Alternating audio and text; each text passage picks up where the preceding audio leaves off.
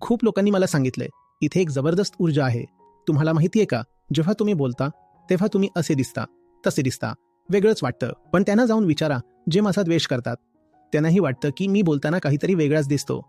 एवढा विरोधाभास कसा?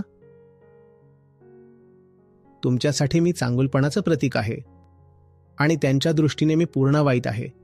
नाही, मी ना चांगुलपणाचं प्रतीक आहे, ना वाईटाचं. मी फक्त एक साधा माणूस आहे जो तुमच्या समोर उभा आहे. फक्त सत्य ऐका. तुमच्या मनात आधीपासून जे आहे ते माझ्यावर लादू नका. हा विज्ञानाचा मार्ग नाहीये, हा सत्याचा मार्ग नाहीये.